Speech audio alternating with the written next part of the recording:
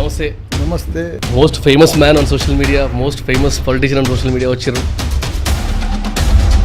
నీ పేరు వచ్చినవా? నేను ఇడికి బీటెక్ పాస్ అయినా 70% వచ్చింది, కానీ నీకు సరిగా ల్యాప్టాప్ నడిపియడానికి రాదు. వాడు అడిగిన క్వశ్చన్కి ఇంగ్లీష్లో చెప్పనీకి రాదు. ల్యాప్టాప్లో ఒక ప్రాజెక్టు చేస్తానికి రాదు. వాడు ఎట్లా జాబ్ ఇస్తాడు మల్టీనేషనల్ కంపెనీ? కాదు, ఫస్ట్ టైం సార్ పొలిటీషియన్ లా కాకుండా ఎడ్యుకేషనల్ లాగా మాట్లాడుతారు సార్. నేను ఆల్రౌండర్ నేను రియాలిటీ సార్, రియాలిటీ మాట్లాడుతున్నారు. Thank you. యూనివర్సిటీ అయ్యింది గులాబ్ తోటనే మొదలు 93లో గులాబ్ తోట, 2002లో ఇంజనీరింగ్ కాలేజ్. మీ క్వాలిఫికేషన్ ఏంటి సార్? లైఫ్లో జీవితాన్ని చదివినా. పాలు అమ్మేటప్పుడు నాకు టీబీ వచ్చింది రోగం. అట్లా సైకిల్ మీద డబ్బాలు తొక్కి తొక్కి కంట్రోల్ కాక బ్లడ్ కక్కుకొని ఉన్నా. మొన్నేదో చూసిన తుమ్మితే తుఫాన్ వస్తుంది అంటారు. వస్తుంది. మల్లారెడ్డి అంటే ఏమనుకుంటారు మీరు? తుమ్మితే కాదు, ఇట్లా పోతుంటేనే అట్లా. మా తాత పేరు కూడా మల్లారెడ్డి, మా నాయన పేరు కూడా మల్లారెడ్డి. నేను హ్యాట్రిక్ మల్లారెడ్డి. సార్ మీరు ముందు అనుకుంటారా సార్ డైలాగ్ ఇట్లా కొట్టాలని? నా తన పెన్ను ఉండేది, పేపర్ లేదు. నువ్వన్నా రాసుకొని మాట్లాడుతున్నావు, నాకు అది కూడా లేదు. నాకు 10 CBSE స్కూల్స్ ఉన్నాయి. మొత్తం 50,000 స్టూడెంట్స్ మా క్యాంపస్లో. ఫీజు కూడా నా తన మ్యాక్సిమం 2 లక్షలు ఉంటుంది. 50,000 మంది స్టూడెంట్స్ అనుకుంటే ఇంటూ ₹1,00,000 వేసుకుంటాం. నాకు క్యాలిక్యులేటర్ పనిచేస్తలేదు సార్. ఈ 100 కోట్ల సార్ ఏం చేస్తున్నాడు? ITR ఫైల్ చేస్తానేమో 1,80,00,000 ఫైల్ చేస్తారు. మళ్ళీ నాకేమో 10 CBSE కాలేజ్లు 3-4 యూనివర్సిటీలు అన్నప్పుడు ఈ మిస్ మ్యాచ్ అవుతుంది కదా. చెప్తా ఏం లేదు, అన్ని ఓపెన్గా చెప్పేస్తారు సార్. మరి ఉండే కదా. ఆయన రుణం తీర్చుకోవాలంటే 2 పనులు చేయాలి. ఒకటి ప్రజాసేవ. ప్రజాసేవ అంటారు దందా చేస్తలేరా? ప్రజాసేవ అంటారు పైసలు వస్తలేవా?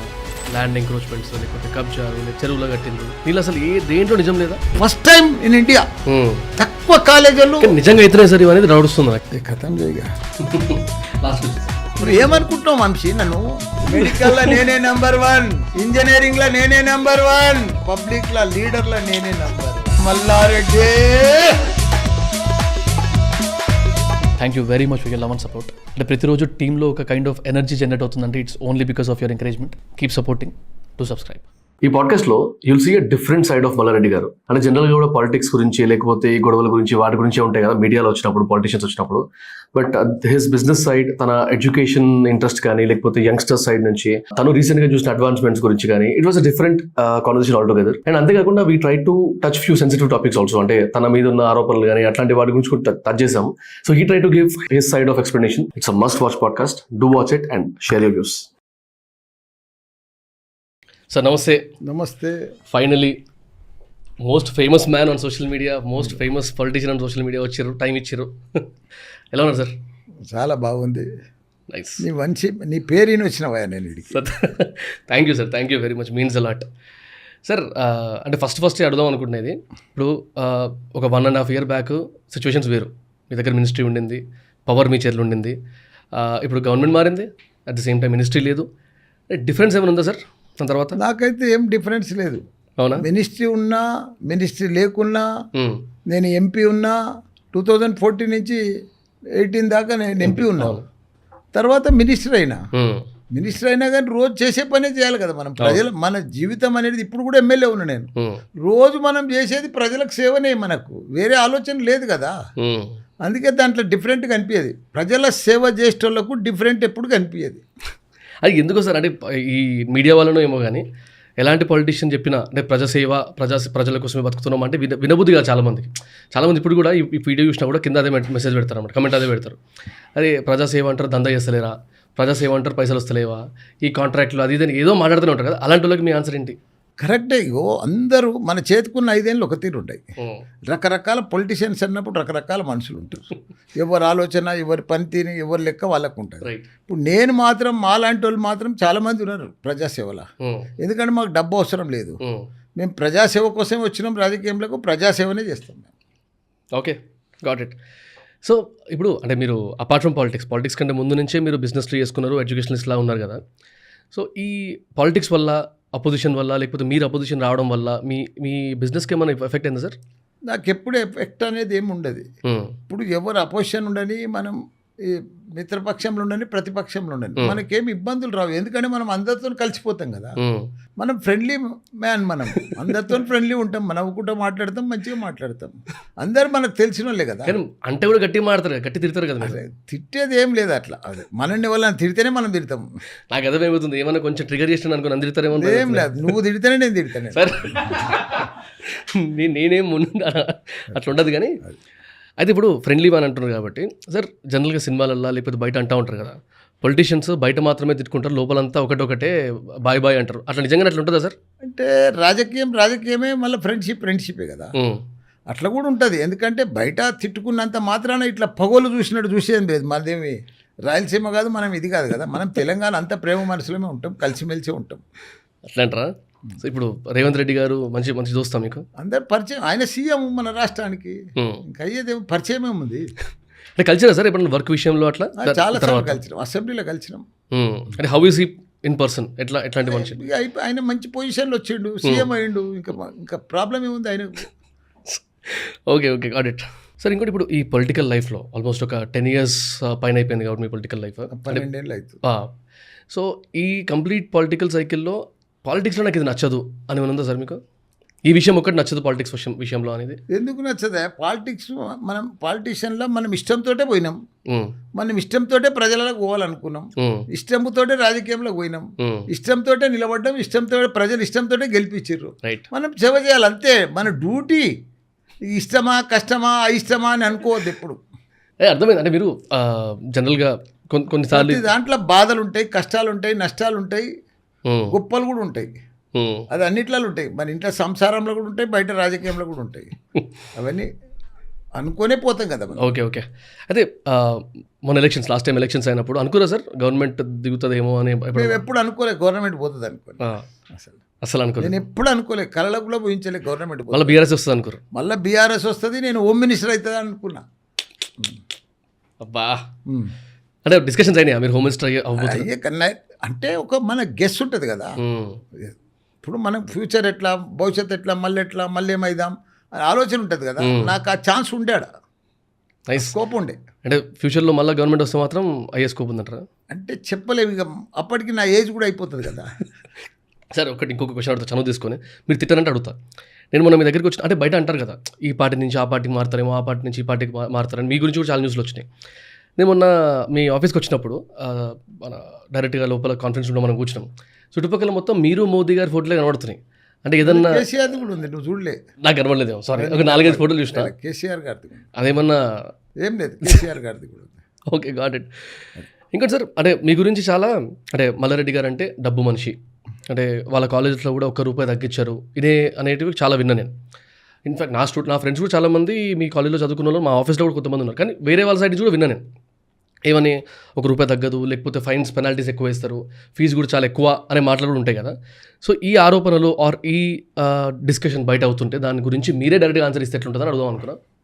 ఒకటి వంశీ, ఫస్ట్ పాయింట్, మేము మా తన పెనాల్టీలు ఉండేవి. ఓకే. మా దగ్గర ఎక్కువ ఫీజులు ఉండేవి. ఓకే. మేము చేసేదంతా కామన్ మ్యాన్ కోసం, మిడిల్ క్లాస్ కోసం. మా కాలేజీలు, యూనివర్సిటీలు అంతా కూడా మా దగ్గర చదివేటోళ్ళంతా బంజారాలు, జూబ్లీకి వెళ్ళి పెద్ద పెద్ద మల్లారెడ్డి మన్మన్లు అసుంటోళ్ళు చదవరు. కామన్ ఒక ఆయా బిడ్డ, అటెండర్ బిడ్డ, డ్రైవర్ బిడ్డ, వాళ్ళంతా కూడా స్కాలర్షిప్ మీద వచ్చి చదువుకుంటారు మా దగ్గర. వాళ్ళకు పర్ఫెక్ట్గా తయారు చేసి, వరల్డ్ క్లాస్ ఇంజనీర్లను తయారు చేసి, పర్ఫెక్ట్గా ప్లేస్మెంట్ ఇప్పించి పంపిస్తాం. ఫీజు కూడా చాలా తక్కువ, హాస్టల్ ఫీజు కూడా చాలా తక్కువ. డబ్బు మనిషి కాదు, మేము తీసుకునేదే తక్కువ, క్వాలిటీగా పర్ఫెక్ట్ ఇస్తాం. అది మా పద్ధతి. అంటే మీ క్లెయిమ్ ఇట్లా ఉంది, కానీ బయటికి ఎందుకు అట్లా వెళ్తుందంటారు? మరి బయట చెప్తారు కదా, అట్లా నా మీద పడనోళ్ళు, ఈగో ప్రాబ్లం ఉన్నోళ్ళు, ఈర్షో ఉన్నోళ్ళు చాలా మంది ఉంటారు కదా మనిషి అంటే. నాకు అదే అర్థం కావట్లేదు. పోటీదారులు. నెక్స్ట్ అడిగే వస్తున్నా, ప్రతి కాలేజ్ వెనకాల ఏదో ఒక కాంట్రవర్సీ వచ్చి కూర్చుంది. ఎందుకు అది ఒకటి ల్యాండ్ అంటారు, లేకపోతే ఒకటి చెరువు అంటారు, లేకపోతే ఇంకోటి ఏదో అంటారు, ఇట్లా ఇన్ని గణం వస్తున్నాయి కదా, మీరు ఎట్లా ట్యాకిల్ చేస్తారు? ల్యాండ్, చెరువు నాకు ఏ ప్రాబ్లం, నేను ఎప్పుడు తప్పు చెయ్య, కబ్జా చెయ్య, నాకు ఎవరు ల్యాండ్ అవసరం లేదు. ఎందుకంటే నాకు భగవంతుడు ఇష్టం ఉన్నంత ల్యాండ్ బ్యాంక్ ఇచ్చాడు. నాకున్న ల్యాండ్ బ్యాంక్ ఎవరికి లేదు. 800 ఎకరాలు అంటారు, నిజమే అది. నాకున్న ల్యాండ్ బ్యాంక్ ఎవరికి లేదు. నాకున్న బ్యాంక్ బ్యాలెన్స్ కూడా నాకు సరిపోనుంది నా జీవితానికి. నాకు ఇంకొక 500 సంవత్సరాలు బతికినా నాకు ఇంకా ఒడవదు నా డబ్బు, నా ఆస్తులు. మాట వరుస చెప్తారా ఎంత ఉంది ఆస్తి? నాకు లెక్క లేదంటే చెప్తున్నాను. అది ఇన్కమ్ ట్యాక్స్ వల్లతానే ఉంది లెక్క అంత. నాది మొన్న వచ్చిపోయారు సార్ వాళ్ళు, ఇది 3వసారి. అదే కదా అసలు, ఇది క్రేజీ. అంటే మీరు ఏదన్నా ఓపెన్గా ప్రతిదాన్ని ఫుల్గా చెప్పేసి డైరెక్ట్ మాట్లాడతారు. మొన్న కూడా ఒక ఇంటర్వ్యూ చూసిన నేను, ఎవరో ఇంటర్వ్యూర్ అడిగినండి మిమ్మల్ని కింద కూర్చున్న వాళ్ళలో మీరు పాల వ్యాపారం చేసినప్పుడు పాలు అమ్మేటప్పుడు పాలలో నీళ్ళు కలిపినట్ట కదా అని అడిగితే ఓపెన్గా మాట్లాడేశారు. అసలు అది ఉంటుంది కదా, కామనే కదా, దానికి ఇంకా పెద్ద స్పెషాలిటీ ఏముంది? మీకు ఇప్పుడు బ్యాక్ ఫైర్ కాలేదా సార్? ఎందుకు బ్యాక్ ఫైర్ అయ్యేది ఉంది? అంటే ఓటర్స్ కూడా అరే ఇది కల్తీలా చూస్తారు కదా, మీరు మంచి గమ్మత్తున్నది నీది, కల్తీ ఎట్లా అవుతుంది అది? అంటే అదే కదా అన్నది వాళ్ళు కూడా, పాలు నీళ్ళు ఒకటే అది, పాలు నీళ్ళు ఒకటే అట్లయితే సార్ పాల రేటు నీళ్ళ రేటు ఒకటే అయింది ఇప్పుడు, గుర్తా నీకు? అదే నేను అనుకుంటుండే, అరే ఇంత ఓపెన్గా మాట్లాడుతూ ఉంటే ఏం లేదు అట్లా పార్టీ నుంచి కానీ లేకపోతే మీకు ఇంటర్నల్గా కానీ అడ్వైజెస్ ఏమి రావా? చెడు మాట కాదు కదా. కాదు డెఫినెట్లీ కాదు, కానీ మాట కాదు కదా. రైట్స్ కానీ ఏమున్నా కూడా ఓపెన్గా వచ్చి గట్టి మాట్లాడేస్తూ ఉంటే ఎప్పుడు నెగిటివ్ రాలేదని ఆలోచిస్తుండే. కానీ లాస్ట్ 1.5 year నుంచే బాగా ఈ యూనివర్సిటీస్ వినబడుతున్నాయి. మీ మల్లారెడ్డి యూనివర్సిటీ గురించి మాట్లాడే ముందు నాకు ఒక క్వశ్చన్ ఉంది. జనరల్గా కూడా ఇప్పుడు యంగ్స్టర్స్కి బాగా కనెక్ట్ అవ్వాలంటే డిజిటల్ వర్డ్స్ పెట్టడము, కొంచెం పాష్ పేర్లు పెడతారు కదా కాలేజీలకి, ఈ సొల్యూషన్స్ అనో లేకపోతే టెక్నో అనో అట్లా ఏదో కొత్త యాడ్ చేస్తూ ఉంటారు. మీరు జస్ట్ మీ పేరు పెట్టి అంత మాస్గా పోవడానికి రీజన్ ఏమైనా ఉందా? అండ్ పేరు పెట్టిన తర్వాత ఇప్పుడు అనుకున్నారే ఈ పేరు పెట్టేది లేకుండే అని, అసలు ఎందుకు పెట్టిరు అసలు అట్లాంటి పేరు? ఇప్పుడు ఫస్ట్ పేరు పెట్టింది మీకు ఇంకో విషయం ఏంటంటే, మా తాత పేరు కూడా మల్లారెడ్డి, అచ్చా, మా నాయన పేరు కూడా మల్లారెడ్డి, నేను హ్యాట్రిక్ మల్లారెడ్డి. ఓకే, మల్లారెడ్డి అంటే ఇప్పుడు మార్కెట్లో ప్రపంచంలో ఒక బ్రాండ్. ఇప్పుడు దానికోసమే ఆ పేరు పెట్టినా. ఇప్పుడు యూనివర్సిటీలు అంటే ఇప్పుడు భారతదేశంలోని ఓన్లీ మ్యాన్ మల్లారెడ్డి. ఇప్పుడు నేను రాజకీయంలో నేనే పర్ఫెక్ట్గా, ఇప్పుడు యూనివర్సిటీలలో కూడా ఇండియాలో నేనే నెంబర్ 1. ఎందుకంటే 3 యూనివర్సిటీలు తీసుకొచ్చిన. కరోనా టైంలో ఒక యూనివర్సిటీ వచ్చింది 2020లో. మొన్న 6 months కింద ఒక భారతదేశంలోనే first time digital health distance cluster deemed university భారతదేశంలోనే ఫస్ట్ టైం యూనివర్సిటీ రావడం. అది కూడా 7 కాలేజీలు కలిపి, 2 మెడికల్, 2 డెంటల్, ఒక ఫార్మసీ, ఒక నర్సింగ్, ఒక ఇంజనీరింగ్. భారతదేశంలోనే ఫస్ట్ టైం తీసుకొచ్చిన. ఎందుకు తీసుకొచ్చిన అంటే ఇది ఇండియాలోనే ఫస్ట్ టైం. ఎందుకంటే ప్రపంచం అంతా డిఫరెంట్ లెవెల్లో ఉంది. ఇప్పుడు ప్రపంచంలో షార్టేజ్ 2 ఉన్నాయి. ఒకటి టెక్నాలజీ, ఒకటి స్కిల్. ఈ 2 షార్టేజ్ ఉన్నాయి ప్రపంచంలో. ఆ 2 కావాలంటే ప్రతిదీ కూడా టెక్నాలజీ, స్కిల్ మన భారతదేశంలో చాలా పాత రకంగా నడుస్తున్నాయి యూనివర్సిటీ. పాత సిలబస్, పాత సిస్టమ్, పాతది. కానీ ప్రపంచమంతా రోజు మారిపోతుంది. నేను ప్రపంచమంతా తిరిగిన మొన్న లాస్ట్ ఇయర్స్ అంతే. అమెరికా పోయినా, జపాన్ పోయినా, చైనా పోయినా, కొరియా పోయినా, ప్రతి కంట్రీ పోయినా.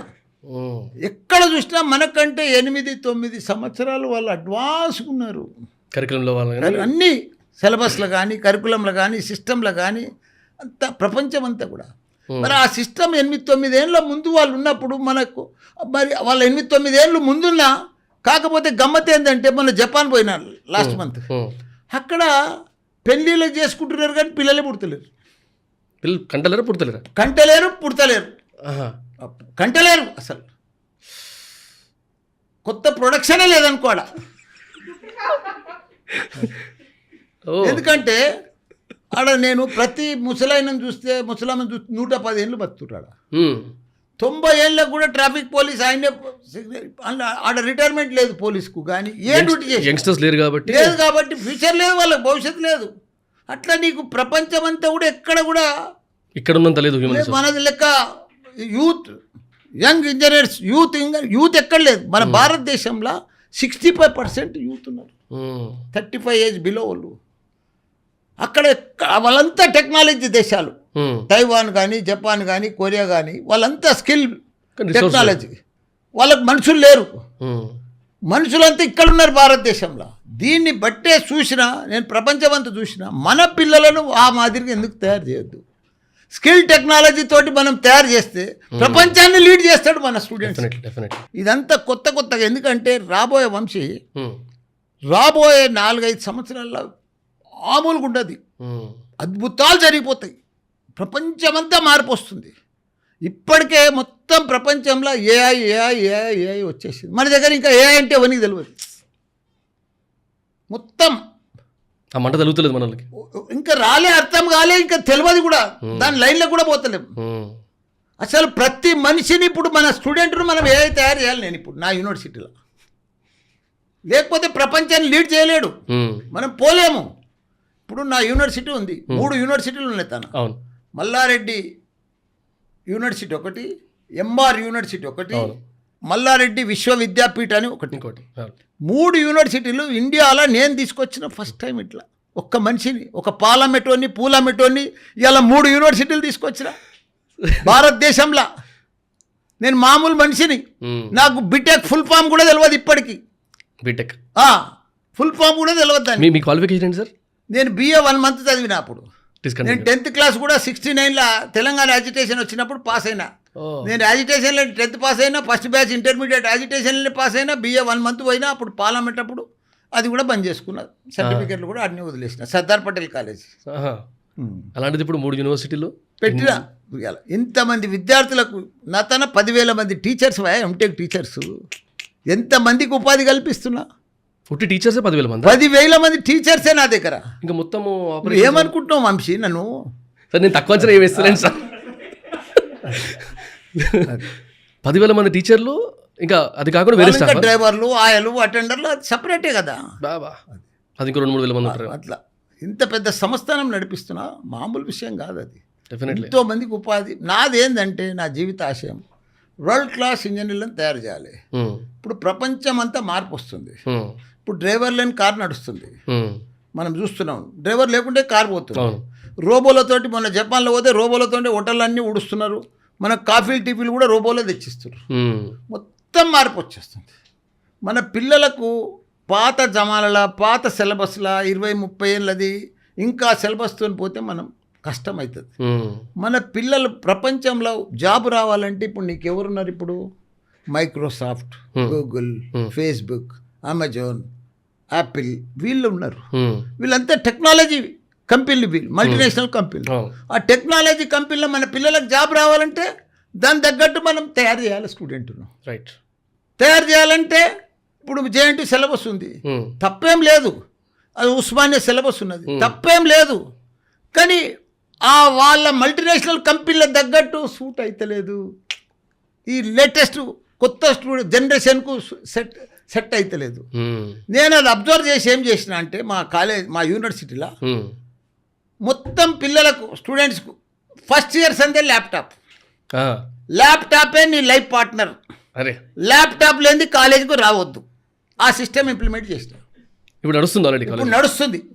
అది చేస్తే పిల్లల దగ్గర ఎంత ఆనందం వచ్చిందంటే, నీకు బుక్ దేకున్నా సరే, పెన్ను దేకున్నా సరే, ల్యాప్టాప్ తీసుకొని వస్తే సరిపోతుంది. ఎందుకంటే ప్రపంచం అంతా టెక్నాలజీ స్కిల్. నేను అమెరికా పోయినా లాస్ట్ ఇయర్. పోతే ఆడ ఒక యూజీ చదువుతున్నాడు, ఇంజనీరింగ్ పిల్లవాడు చదువుతున్నాడు. సో ఇట్లా జాబులు ఎప్పుడు వస్తాయి? యూజీ తర్వాత వస్తుందా, MS తర్వాత వస్తుందా? మన పిల్లలంతా ఇక్కడ యూజీ చేసి, బీటెక్ చేసి ఆడ MS చేస్తాం, జాబ్ వస్తుందని అంటారు కదా. కాదు, అమెరికాలో సిస్టమ్ అంతా మారిపోయింది. అసలు నువ్వు బీటెక్ చేస్తున్నప్పుడు 2 years ఉంటే కాదు చాలు, నీ స్కిల్ ఉంటే, టెక్నాలజీ ఉంటే చాలు, జాబ్ వస్తుంది. డిగ్రీతో సంబంధమే లేదు, కాలేజ్లో అంతే. సెకండ్ ఇయర్లోనే జాబ్ వస్తుంది ఆడ. స్కిల్, టెక్నాలజీ, డిగ్రీతోటి సంబంధమే లేదు ప్రపంచంలో ఇప్పుడు. మీరేమంటారు సార్?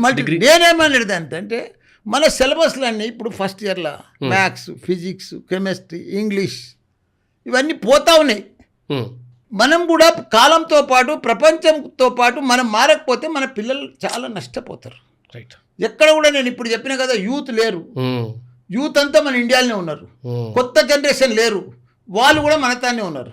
మన పిల్లలకు ప్రపంచం తగ్గట్టుగా, మల్టీనేషనల్ కంపెనీకి తగ్గట్టుగా టెక్నాలజీ స్కిల్ నేర్పిస్తే వాళ్ళు ప్రపంచం అంతా కూడా మనం లీడ్ చేయగలుగుతాం. మనకు ఆ అవకాశం, ఛాన్స్ ఉన్నది. దానికోసమే నేను ఇవాళ 3 యూనివర్సిటీలు పెట్టినా. కామన్కు తగ్గట్టుగా, కామన్ మ్యాన్కు తగ్గట్టుగా, మిడిల్ క్లాస్కు తగ్గట్టుగా. ఫీజు కూడా నా తన లక్షలు ఉంటుంది. మ్యాక్సిమం 2 లక్షలు ఉంటుంది సంవత్సరానికి మ్యాక్సిమం. మళ్ళీ 90%, 80% వస్తే అందులో కూడా 50,000 తక్కువ అవుతుంది. స్కాలర్షిప్ కూడా ఉంటుంది. అట్లా నేను డబ్బులు కాదు, కామన్ మ్యాన్ను, కామన్ స్టూడెంట్స్ను, మిడిల్ క్లాస్ రేంజ్లో వానికి పెద్ద ఎత్తున వానికి చదివించి వాని భవిష్యత్తు, వాని ఫ్యూచర్ ప్రపంచంలో పంపించాలని నా ఆశ. అంతే సార్. ఇదే గ్రౌండ్స్లో ఇంకో చిన్న క్వశ్చన్ వచ్చింది. ఇప్పుడు చాలామంది యంగ్స్టర్స్ దగ్గర ఉండే మెయిన్ బాధ ఏంటంటే, కాలేజెస్లో కొన్ని కాలేజెస్లో అయితే ప్లేస్మెంట్స్ రావు, కొన్ని కాలేజ్లో ప్లేస్మెంట్స్ వచ్చినా కూడా ఈ కాల్ సెంటర్లు బీపీఓలు ఉంటాయి కదా ఇట్లాంటివి వస్తున్నాయి వేర్ అది అంత గ్రోత్ ఉండని సెగ్మెంట్ కదా అన్నట్టు వాటర్ లేదు అన్నట్టు వాళ్ళ బాధ ఉంటుంది కదా. సో ఈ సెగ్మెంట్ మీద మీరు కనుక మాట్లాడాలంటే చూడు, ప్లేస్మెంట్ ఎట్లా వస్తుంది వంశీ? నీకు ప్రపంచం తగ్గట్టు స్కిల్ టెక్నాలజీ ఉంటేనే ప్లేస్మెంట్ వస్తుంది. ఓకే, పూర్వం దినం కాదు. నువ్వు ట్రిపుల్ చేసినావు, మెకానికల్ చేసినావు, సివిల్ చేసినావు, ఆ కాంట్రాక్ట్ దగ్గరనో, మెకానికల్ అంటే ఫ్యాక్టరీల దగ్గరనో, ఇండస్ట్రియల్నో జాబులు వస్తుండే. ఇప్పుడు అన్ని ఈ ఫ్యాక్టరీలు, ఇండస్ట్రీస్ ఒక సైడ్ అయిపోయినాయి. ప్రపంచం అంతా గూగుల్, ఫేస్బుక్, యాపిల్, మైక్రోసాఫ్ట్ వస్తే కదా అంతా టెక్నాలజీ కోర్సులే. నువ్వు ఆ టెక్నాలజీ చదవాలంటే నువ్వు టెక్నాలజీ దాని తగ్గట్టు ఉంటేనే నీకు జాబ్ వస్తుంది. ఇప్పుడు నువ్వే ఉన్నావు, బీటెక్ పాస్ అయినావు, 70% వచ్చింది, కానీ నీకు సరిగా ల్యాప్టాప్ నడిపియడానికి రాదు, వాడు అడిగిన క్వశ్చన్కి ఇంగ్లీష్ చెప్పనీకి రాదు, ల్యాప్టాప్లో ఒక ప్రాజెక్టు చేస్తేందుకు రాదు. వాడు ఎట్లా జాబ్ ఇస్తాడు మల్టీనేషనల్ కంపెనీ? నీకు ఆ మైనస్ ఉన్నది మన దగ్గర, ఆ మైనస్ ఉన్నది సిలబస్లో కానీ, సిస్టంలో కానీ, పాఠాలలో కానీ, టీచింగ్లో కానీ, కాలేజీలలో ఆ కంప్లీట్ అది కంప్లీట్ చేస్తున్నా నేను. డే 1 నుంచి రావాలి కాలేజ్కు, ల్యాప్టాప్తో రావాలి, డిజిటల్ బోర్డు మీద చదవాలి, టీచర్ చదువు చెప్పాలి, నువ్వు ల్యాప్టాప్లోనే నేర్చుకోవాలి. డే 1లోనే ఫస్ట్ ఇయర్లోనే నీకు కోడింగ్ కానీ, పైథాన్ కానీ, జావా కానీ, డేటా సైన్స్ కానీ మొత్తం నేర్పించాలి సిలబస్తో పాటు. ఫస్ట్ ఇయర్లోనే తరో అయిపోతే నీకు సెకండ్, థర్డ్ ఇయర్ ఈజీగా అయిపోతుంది.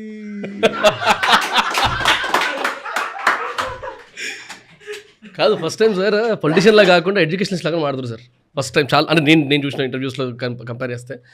బట్ రియాలిటీ సార్, రియాలిటీ మాట్లాడుతున్నారు. Thank you. జరిగేది చెప్తున్నా, నష్టం జరిగేది మన యూత్కు చెప్తున్నా, మన స్టూడెంట్స్కి ఎంత నష్టం జరుగుతుందో నేను చూస్తున్నా నా కళ్ళతోటి.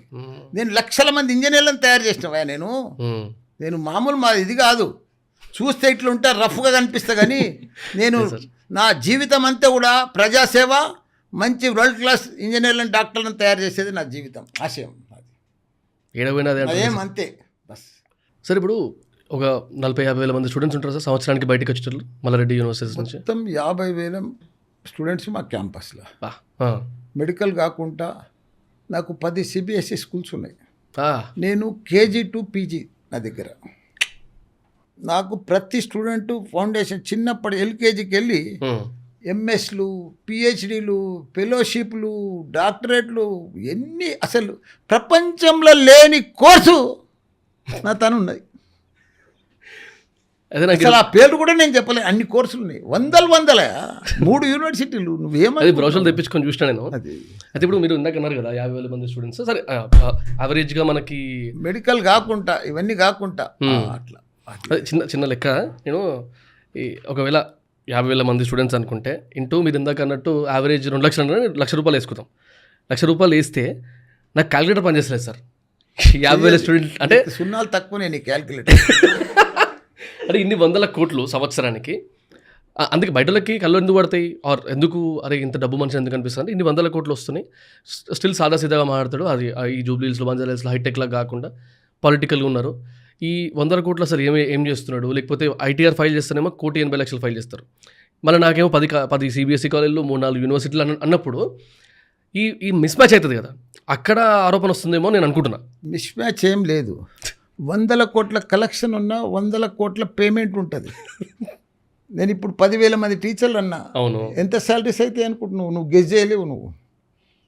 నేను ఎంత సింపుల్గా ఉంటా కుడతా. నేను నా ఇల్లు చూస్తే నువ్వు పరిశాన్ అవుతావు వంశీ.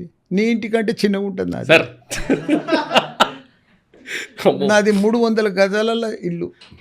35 ఏళ్ళ సంది ఉంటున్నా అదే ఇంట్లో. 300 గజాలేనా సార్ వీళ్ళు? మరి అంతే చెప్తున్నా కదా. నాకు నా జీవితంలో ఏమి లేదు. నేను తినేది చిన్న 300 గజాల్లో 35 ఏళ్ళ కింద కట్టుకున్న ఇల్లు ఇవాళ కూడా అదే బోయినపల్లిలో. నేను తినేది జొన్న రొట్టె, పొద్దుగాల రాత్రి అంతే జొన్న రొట్టె. అది తింటే ఇంత టిఫిన్ చేస్తా, అది డైట్ ఫుడ్ తింటా. బస్ సాధారణమైన జీవితం.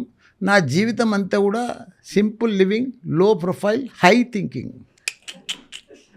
అసలు డైలాగులు అసలు నార్మల్ రావు. అసలు మొన్నేదో చూసిన తుమ్మితే తుఫాన్ వస్తుంది అంటారు. వస్తుంది. మల్లారెడ్డి అంటే ఏమనుకుంటారు మీరు?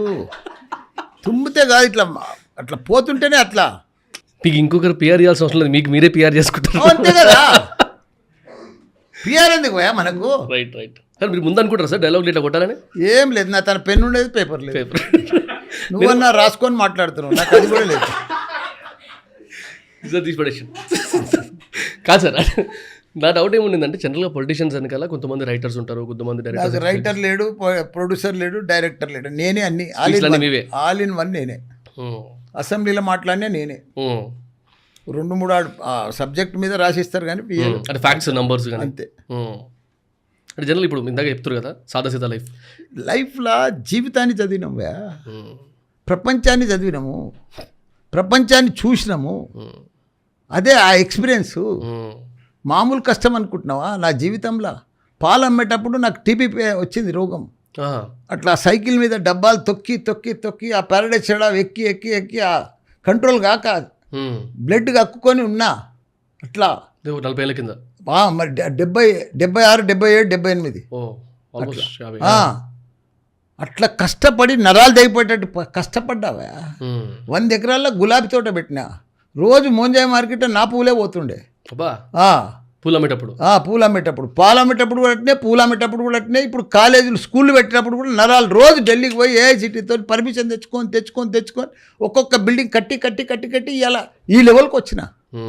మామూలు విషయం కాదు. దాని ఇంకా ఎంత శ్రమ, ఎంత హోంవర్క్, ఎంత కృషి. ఒక్క స్కూల్ పెట్టు నువ్వు, తెలుస్తుంది నీకు. ఇది మీడియా పెట్టుకొని నడిపించుకుంటున్నావు నువ్వు గాలి. ఒక్క స్కూల్ పెట్టు, ఎంత తక్లీఫ్ అవుతుంది, ఎంత కష్టం అవుతుంది. అసలు మేము ఇట్లా స్కూళ్ళు, కాలేజీలు, మెడికల్ కాలేజీలు ఇట్లా పెడితేనే ఉన్నాము. ఎందుకు అంత పనితనం దాని వెనుక, అంత హార్డ్ వర్క్ దాని వెనుక, అంత ప్లానింగ్. ఇక్కడ ఒక డౌట్ సార్. ఈ 100 ఎకరాల భూమిలో ఏదైతే మీరు స్టార్టింగ్లో పూల ఉత్పత్తి చేసేవాళ్ళు కదా, అది మీ ముందు నుంచి వచ్చిందా, మీ ముందు తరం నుంచి? నేనే కొన్నా, అది మా అమ్మమ్మలూరు. ఓకే, అంతా కొన్నా. నాకు కొన్నదే. ఇప్పుడు సిఎంఆర్ క్యాంపస్ అవన్నీ కూడా మా నాయనది. ఇక్కడంతా మల్లారెడ్డిది అంతా నేనే తీసుకున్నా. మా నాయన కూడా మంచిగా ఉంటుండే, పర్ఫెక్ట్ ఆస్తిపరుడు. అప్పటికే ఉండే. మరి మీరు మాత్రం దాని తర్వాత నేను కూడా మంచిగా భూములన్నీ కొని పెట్టినా, గులాబీ తోట పెట్టినా. ఆ గులాబీ తోటలనే ఇప్పుడు కాలేజీలు కట్టినా. ఇప్పుడు అంటే అదే సేమ్. ఇప్పుడు యూనివర్సిటీ అయ్యింది గులాబీ తోటనే మొదలు. 93లో గులాబీ తోట, 2002లో ఇంజనీరింగ్ కాలేజ్, 2000 ఇప్పుడు 22లా యూనివర్సిటీ. ఎన్ని ఒక 1 కోటి స్క్వేర్ ఫీట్ ఉంటుంది సార్ మొత్తం కాలేజ్ అన్నీ కలిపి? 1 కోటి స్క్వేర్ ఫీట్ అందాజ 50,000 మంది స్టూడెంట్స్ సంవత్సరానికి, 10,000 మంది ఫ్యాకల్టీ, 1 కోటి స్క్వేర్ ఫీట్. అంతా భగవంతుడు నడిపిస్తుండు. మనం ఏం లేదు, మనం నిమిత్తులం మాత్రమే. మనం కీలు బొమ్మలమే. అంత భగవంతుని ఆశీర్వాదమే. భగవంతుడు నడిపిస్తుండే ఇదంతా. ఆయన ఆశీర్వాదం లేని చేయలేం ఇదంతా. పిల్లలు అది మామూలుగా ఉండదు నీకు, అదొక యాగం, యుద్ధం. రైట్. ఇంకోటి సార్, మీ చైల్డ్హుడ్లో మీ పేరెంట్స్తోని ఆ బాండ్ కానీ అసలు ఎలా ఉండింది? మీ పేరెంట్స్ గురించి ఒకసారి గుర్తు చేసుకుంటే. మా అమ్మ నాన్న కూడా చాలా స్ట్రాంగ్. మా నాయన కూడా నాలాగానే మంచి బిజినెస్ మ్యాన్.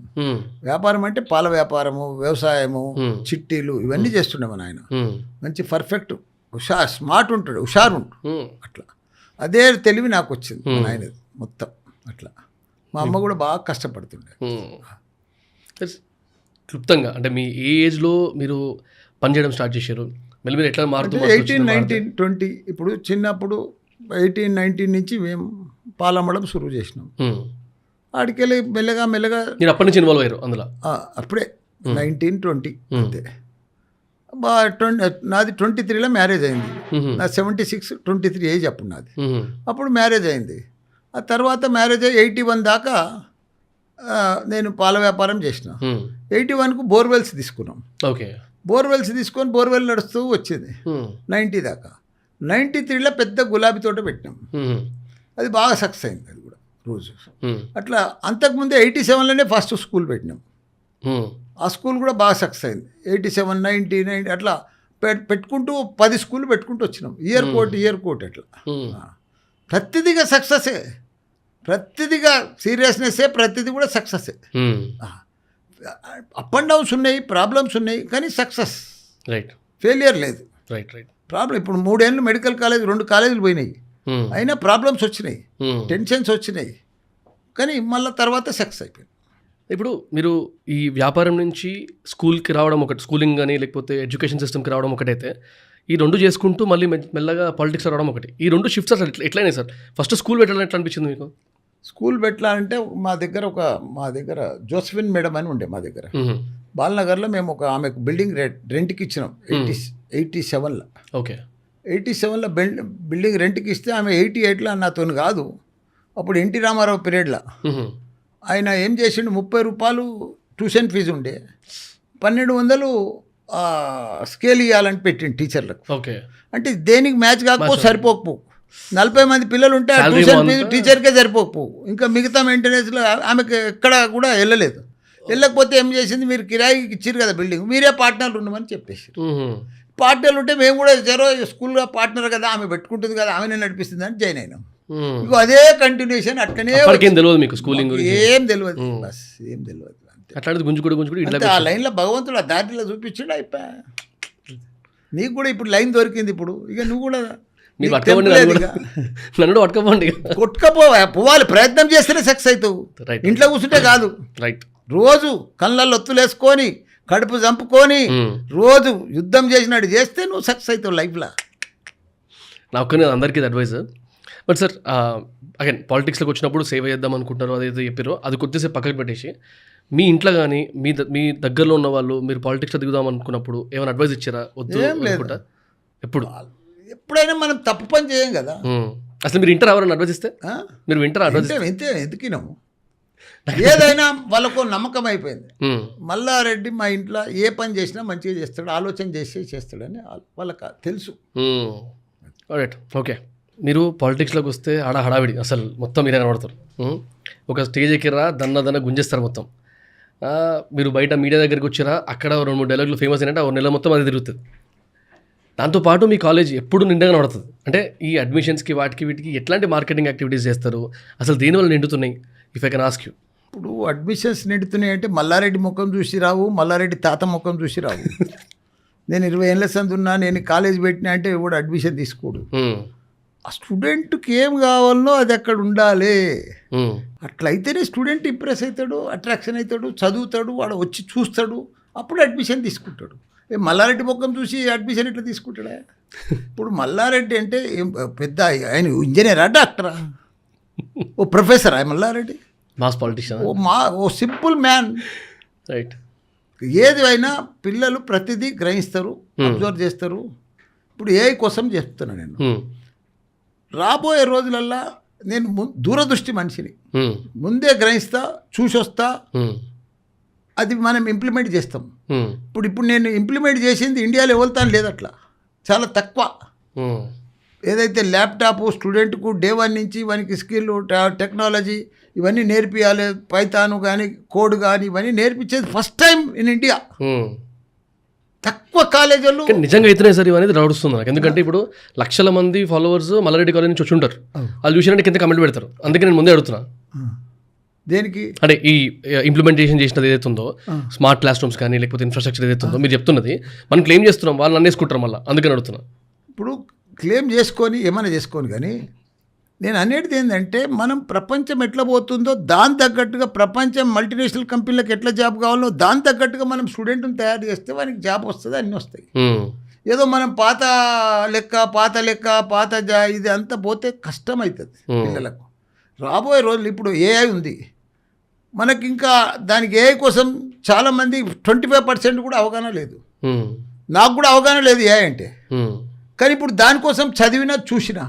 ఇప్పుడు ఏఐ అంటే ఎందుకు గుర్తా నీకు, మొత్తం డాటా దానికి గ్యాదర్ చేస్తే అది ఏదంటే ఎనీ క్వశ్చన్ ఎనీ కారణాలు అది చెప్పేస్తాను. ఇప్పుడు నెక్స్ట్ మంత్ నేను కూడా ఏఐ తయారవుతున్నాను. నేను మల్లారెడ్డి అంటే ఒక ఏఐ ఇప్పుడు యూట్యూబ్లో కానీ టీవీలో కానీ ఏ మాదిరికి వస్తా, మా స్టూడెంట్స్కి ఏ ప్రాబ్లం వచ్చినా చెప్పేస్తా. అది ఎట్లా చెప్తామంటే నన్ను డాటా తయారు చేసి నన్ను నింపి నన్ను పంపిస్తారు. ఫ్యూచర్ అంతా అదే. అందుకే నేను చెప్పిన ప్రతి స్టూడెంట్ను ఏఐ తయారు చేయాలి. ప్రపంచాన్ని మన ఆ ఏఐనే ప్రపంచం లీడ్ చేస్తాడు మన స్టూడెంట్. ఎవ్వరు లేరు, ఎక్కడ లేరు, అవకాశం లేదు, మనకే ఉంది chance, golden chance, diamond chance. Right. ఇప్పుడు ఇడిపోద్దు మన పిల్లలను, అది టైం. ఇప్పుడు చాలామంది రకరకాలుగా ఏదో కాలేజీ పోతున్నామంటే పోతున్నారు, అది కాదు కదా, లైఫ్ పాడు చేసుకున్నట్లు లెక్క. రైట్. ఒక్క నిమిషం, ఒక్క గంట టైమింగ్ కూడా డిఫరెంట్ పెట్టాలి కాలేజీలో. ఫస్ట్ ఇయర్ వారికి 9 to 5 దాకా పెట్టాలి. ఎంత ఎక్కువ టైం పెడితే అన్ని 4 yearsది ఫస్ట్ ఇయర్లో చెప్పేయాలి. మిగిలిన 3 years అప్పుడు సెకండ్ ఇయర్ థర్డ్ ఇయర్ నీకు మళ్ళీ ప్రాక్టీస్ ఉంటుంది కదా ల్యాప్టాప్ మీద. ఉన్న క్వశ్చన్ బ్యాంక్స్ అన్ని రివ్యూ చేసుకుంటే వాళ్ళు ప్రాజెక్ట్స్ ఇప్పుడు అవతల మల్టీనేషనల్ కంపెనీ ఏది అడిగినా వానికంటే అడ్వాన్స్గా చెప్పాలి మనం. అది 3 years దాన్ని యూజ్ చేసుకోవాలి. అది మళ్ళీ అది ప్రాక్టీస్. అర్థమైంది. అడ్వాన్స్ ఉండాలి. ఇప్పుడు మీరు చెప్తుంటే కొంచెము స్ట్రైట్గా సర్కాస్టిక్గా లేకపోతే ఫన్గా ఉన్నా కూడా యాక్చువల్లీ లాజిక్ అర్థమవుతుంది నాకు మీరు అనేది. ఫస్ట్ ఇయర్లో మేజర్లీ టెక్నికల్గా స్ట్రాంగ్ చేసేసి నెక్స్ట్ 3 years వానికి గ్రోత్కి హెల్ప్ చేయొచ్చు అని అంటున్నారు. రోజు ప్రాక్టీస్ చేపియాలి వాడిని. మీరు రుప్పి 10th class ఎట్లా రుప్పుతారు? అట్లనే నీకు దాని మీద ల్యాప్టాప్లో క్వశ్చన్ బ్యాంక్ ఇచ్చి పాత ఇచ్చి క్వశ్చనర్స్ ఇచ్చి రుప్పి చేస్తే వాడు ఎందుకు ఏ ప్రాజెక్ట్ అంటే అది చెప్పు. డెఫినెట్లీ ఆ ఏజ్ చాలా ఇంపార్టెంట్ కాబట్టి అది అంతే. నువ్వు ఏదంటే అది పిల్లలు ఎంత స్మార్ట్ ఉన్నారు అనుకుంటున్నావు. టెక్నాలజీలో ఎంత స్మార్ట్ అంటే ఎంత అడ్వాన్స్ ఉన్నారు మన పిల్లలు. టీచర్ కంటే అడ్వాన్స్ ఉన్నారు మన పిల్లలు. టీచర్ ఏం చెప్తారో ముందే చెప్తారు. ఇప్పుడు టీచర్ ఏదైనా తప్పి చెప్పారనుకో నీకు గూగుల్లో కొట్టి ఈ పాఠం తప్పు చెప్తున్నాను టీచర్ స్టూడెంట్ కూడా చెప్పగలరు. అంత అడ్వాన్స్ ఉన్నారు. రైట్. ఏదైనా రాంగ్ చెప్పినా, రాంగ్ స్టోరీ చెప్పినా, రాంగ్ చెప్పిన క్లాస్ చెప్పినా స్టూడెంట్ అప్పుడే చెప్పేస్తాడు ఇది రాంగ్ అంటే. రియాలిటీ చెక్ వచ్చేస్తుంది. అంతటి ఉన్నది కదా నీకు సర్వర్లల్లా ఐఐటీలల్లా ప్రతి దాంట్లో నీకు సిలబస్ ఉంది, అన్నీ ఉన్నాయి. అంటారు దొరుకుతుంది కదా. ఇంకోటి మీ బ్రౌచర్ల మీద కూడా చూస్తుంటాయి డిజిటల్ హెల్త్ అని. అంటే కొంతమంది మార్కెటింగ్ కోసము కొన్ని కీవర్డ్స్ వాడతారు కదా. సో అది నిజంగా డిజిటల్ హెల్త్ అంటే అసలు ఏంది అనేది ఒక డౌట్ ఉండింది. నిజంగా అసలు మీ మెడికల్ కాలేజ్లో అట్లాంటి వాటిలో ఇన్వాల్వ్మెంట్ ఏముంది? ఇప్పుడు డిజిటల్ హెల్త్ దాని మీదనే మేము డిజిటల్ హెల్త్ యూనివర్సిటీ తీసుకొచ్చినాం. యూనివర్సిటీ ఆ కాన్సెప్ట్ ఆ సబ్జెక్ట్ మీదనే డిజిటల్ హెల్త్ మీదనే తీసుకొచ్చినాం. డిజిటల్ హెల్త్ అంటే ఇప్పుడు రోబోటిక్ సర్జరీస్, ఓకే, ఇప్పుడు గుండె సర్జరీలు కానీ ముఖాల సర్జరీలు కానీ అంత రకరకాలు వస్తున్నాయి కదా. నేను దాన్ని పూర్తిగా నాకు అంత నాలెడ్జ్ లేదు చెప్పలేను కానీ నీకు జనరల్గా చెప్తున్నా. డిజిటల్ హెల్త్ అంటే ఇప్పుడు నేను తైవాన్లో చూసినాం. ఆడ క్యాన్సర్లా మొత్తం ఏఐ తోటి వాళ్ళు పూర్వం ఏదుందో డాటా అంతా చేసి ఫీడ్ చేసి ఆ రోగానికి మందులు కనిపెడుతున్నారు. దాన్నే కదా డిజిటల్ హెల్త్ అంటారు. ఈడ కూడా ఇప్పుడు ఎంబీబీఎస్ ఉన్నది. ఎంబీబీఎస్ అయినాక వాళ్ళు పీజీ చేస్తారు. జనరల్గా పీజీ చేసినాక డాక్టరేట్ చేస్తారు, లేకపోతే ప్రొఫెషన్ చేసుకుంటారు. ఎంబీబీఎస్ చేసినాక ఇప్పుడు డిజిటల్ అంటే ఏంది? ఆర్టిఫిషియల్ ఇంటెలిజెన్స్ దానికి జోడు చేయాలి ఎంబీబీఎస్తో పాటు. అప్పుడు దానికి ఒక డిజిటల్ హెల్త్లోకి వస్తుంది, టెక్నాలజీలోకి వస్తుంది. సో ఫ్రమ్ ది ఎడ్యుకేషన్ టైంలో ఇప్పుడు మన తనంతా పూర్వం 50 ఏళ్ళ సంది ఎంబీబీఎస్ చదువుకుంటూ వస్తారు, పాస్ అయికుంటూ వస్తారు, పీజీ చేస్తారు, పాస్ అయికుంటూ వస్తారు, డాక్టర్ అవుతారు, చేస్తారు, ప్రొఫెషనల్ చేస్తున్నారు. కానీ ఇప్పుడు అట్లా కాదు. ఇప్పుడు ప్రపంచం అంతా మారిపోయింది. ఇంకా మనం చాలా దూరంలో ఉన్నాం. అందుకే 7-8 సంవత్సరాలు వెనుకకున్నాం. ఇప్పుడు హెల్త్లో కానీ ఇంజనీరింగ్లో కానీ టెక్నాలజీలో కానీ ఇంకా దానికి అడ్వాన్స్ కావాలంటే ఇప్పటి సందే మనం ఇప్పుడు నేను అవన్నీ కూడా టెక్నాలజీ తీసుకొస్తున్నాం. అందుకే artificial intelligence with MBBS, pharmacy with artificial intelligence, dental with artificial intelligence. ప్రతి దానికి యాడ్ అయిపోతుంది ఇప్పుడు. ప్రతిదీ అట్లా మిక్స్ అయితేనే దాన్నే కదా డిజిటల్, దాన్ని టెక్నాలజీ. ఇవన్నీ కూడా ప్రపంచం నేను చెప్తున్నా కదా. నాకు దానికి పూర్తిగా చెప్పనీకి రాదు ఆ టెక్నాలజీ విషయంలో, క్లియర్గా నాకు రాదు. కానీ మీ అసంటోళ్ళకి ఫాస్ట్గా ఉన్నారు కాబట్టి ఇంకా దాని ప్రపంచము అద్భుతాలు అయిపోతుంది. ఒక రాబోయే 3-4 సంవత్సరాలనే మారిపోతుంది మొత్తం ప్రపంచం అంతా. మనం ఊహించిన దానికంటే కూడా ముందు మారిపోతుంది. అక్కడ మనం మారిపోతా ఉంటే చూసుకుంటూ కూర్చుంటామా? మన పిల్లల్ని మనం తయారు చేసుకోవద్దా దాని తగ్గట్టుగా? దానికోసమే ఇదంతా కష్టపడుతున్నాం, చేస్తున్నాం. నేనంటే కష్టపడి పువ్వులు అమ్మి పాలు అమ్మి ఈ లెవెల్కి వచ్చిన. ఇప్పుడంతా నీ అసంటోళ్ళంతా నీ జనరేషన్ అంతా స్మార్ట్ వర్క్ చేయాలి. స్మార్ట్ వర్క్ చేస్తేనే సక్సెస్ అవుతారు నెక్స్ట్ జనరేషన్. ఇప్పుడు మీరు ఈ అడ్వాన్స్మెంట్స్ కోసము రీసెర్చ్ కోసము అంటే ఎట్లాంటి టీం ఉంటుంది సార్ ఈ కాలేజెస్లో కానీ యూనివర్సిటీస్లో కానీ? ఇప్పుడు ప్రొఫెసర్లను కూడా బయటికి వెళ్ళి తెప్పిస్తున్నాం. ఓకే. ఇప్పుడు కొన్ని సర్వర్లలో ఉంటాయి, ఐఐటి పెద్ద పెద్ద యూనివర్సిటీలు ఉంటాయి కదా, అక్కడ కూడా కొన్ని వస్తూ ఉంటాయి. ఇప్పుడు ఇది అంతా కొత్త, రోజు మార్పులు వస్తూ ఉన్నది. ఈ టెక్నాలజీలో ఏంటంటే రోజు మారుతుంది, 6 నెలలకు ఒకసారి మారుతుంది, ఏడాదికి ఒకసారి మారుతుంది. టెక్నాలజీ మారుతూ ఉంటుంది, దాని తగ్గట్టు మనం మారుతూ ఉండాలి. మనం ఆ లైన్లు ఉంటేనే మారుతాం. ఇప్పుడు నేను కాలేజ్ పెట్టినా, నేను పూలు అమ్ముకుంటా పాలు అమ్ముకుంటుంటే గానే ఉంటుంటే ఈ లైన్ ఎందుకు వస్తుంది నాకు? ఈ లైన్ వచ్చి కాలేజ్ లైన్ వచ్చింది కాబట్టి కాలేజీలోకి వచ్చిన. కాలేజీలోకి వచ్చినాక కాలేజీలో ఎట్లా మార్పులు వస్తున్నాయో టెక్నాలజీ మారుతున్నట్టుగా ఆ లైన్ మారుతున్నా కొద్దిగా నేను మారుతా ఉన్నా. అంతే. టెక్నాలజీ మారినా కొద్దిగా మనం మారుతూ ఉండాలి. దాన్ని ఎప్పటికప్పుడు నా జీవితంలో అప్గ్రేడ్ అయినా పట్టుకునే ఈరోజు ఇంత లెవెల్ ఉన్నా. ఒకనాడు మణిపాల్ ఫేమస్ ఉండే భారతదేశంలో, అది 40-50 ఏళ్ళ కింద వచ్చిన కాలేజ్. ఒకనాడు రామచంద్ర ఫేమస్ ఉండే. ఇలా భారతదేశంలో అన్నిటినీ బీట్ చేసిన మల్లారెడ్డి. అది ఎంత హ్యాపీగా ఫీల్ అవుతావయా. మెడికల్లో నేనే నెంబర్ 1, ఇంజనీరింగ్లో నేనే నెంబర్ 1, పబ్లిక్లో లీడర్లో నేనే నెంబర్ 1 పొలిటీషియన్. రైట్. అండ్ ఇంత ప్రొఫైల్ పెట్టుకుని కూడా సార్, నాకు మేము కాలేజ్కి వచ్చినప్పుడు సింపుల్గా గేట్ లోపలికి వచ్చేసిన మల్లారెడ్డి గారు ఎక్కడ ఉంటారంటే తీసుకొచ్చి లోపలికి వదిలేశారు. అంటే వాళ్ళని ఎందుకు కూడా అడగలేదు యాక్చువల్గా. అంత ఈజీగా యాక్సెస్ ఇస్తే మీకు పబ్లిక్ లీడర్ అంత ఈజీయే, అంత కామనే. అందరు వచ్చిపోతూనే ఉంటారు. నాకు కామన్ పేరెంట్స్ వచ్చిపోతూనే ఉంటారు. ఊర్లలోకి వెళ్ళి పేరెంట్స్ వస్తారు, నన్ను చూడంగానే ఖుషి అయిపోతారు. అక్కడ అరే మేము అనుకోలే మల్లారెడ్డి కలిసిండని. అట్లా కామన్, అంతా సింపుల్. ఏముందాడా హైరార్కీ పెద్ద తోపుల మా చెప్పు. కామన్ అంతే, భగవంతుడు ఇచ్చిండు అంతే. దానికి ఇంకా పెద్ద అయిపోయేందుకు, పెద్ద తోపు లెక్క ఇంత ఎందుకు, అవన్నీ ఎందుకు వేషాలు. మా దగ్గర మా పిల్లలకు కానీ ఏది కానీ ఎవరికి రూమ్ కూడా ఉండదు, కూర్చుంటుంది. మీ కొడుకులకి, మా కొడుకులకు నా రూమే ఉంటుంది. ఎప్పుడన్నా వస్తే పక్క కాడనే కూర్చుంటారు అంతే. ఏమన్నా చెక్ మీద సైన్ చేయాలన్నా వాడు క్లర్క్ దగ్గరికి పోయి ఆడనే సైన్ చేసేయాలి. ఏ పనికి ఆడనే తిరుగుతూనే ఉండాలి. వాళ్ళు ఒక్కతాన కూర్చునేది లేనే లేదు. వర్కౌట్ కాదేమో మీకు అట్లా. వర్కౌట్ కాదు, ఎందుకంటే రోజు పని చేయాలి. పెద్ద పని, పెద్ద ఆర్గనైజేషను, పెద్ద లెక్క. ఎన్నో ప్రాబ్లమ్స్ వస్తాయి, పని నడుస్తుంటుంది. అది ఇప్పుడు ఒకతాన రూమ్లో కూర్చొని బెల్ కొట్టి రారా పోరా అంటే ఉన్న పని పోతుంది. తిరుగుతూనే ఉండాలి, ప్రతి ఒక్కరు పని చేస్తూనే ఉండాలి. Right sir. ఇదే గ్రౌండ్స్లో ఇంకో చిన్న క్వశ్చన్ వచ్చింది. జనరల్ న్యూస్లలో ఉంటుంది కదా సార్, ల్యాండ్ ఎంక్రోచ్మెంట్స్, లేకపోతే కబ్జాలు, లేకపోతే చెరువులో కట్టినరు. దీనిలో అసలు దేంట్లో నిజం లేదా? దేంట్లో నిజం లేదు. ఏదైనా ఉంటే కూడా అంటే మీకు తెలిసి తెలియక వచ్చినా కానీ అప్పటిదప్పుడు కాంప్రమైజ్ చేసుకొని సెటిల్ చేసుకుంటాం. ఇప్పుడు ఏదైనా లిటికేషన్ పంచాయతీ ఉంటుంది, నీకు ఆయనకు పంచాయతీ ఉంటుంది. నీకు ఇస్తాం పైసలు, ఆయనకి ఇస్తాం. ఓకే, పంచాయతీ లేకుండానే క్లియర్ చేసుకుంటాం. మాకెందుకు చెప్పు. ఇప్పుడు ఒకని భూమి తీసుకోవాలి, ఒకని జాగ తీసుకోవాలి, ఒకని కబ్జా పెట్టాలి, చెరువు కబ్జా పెట్టి ప్లాట్లు కట్టాలి. మాకు ఏం అవసరము? భగవంతుడు ఉద్దనంగా ఇచ్చిండు, ఉద్దనంగా ల్యాండ్ బ్యాంక్ ఉంది.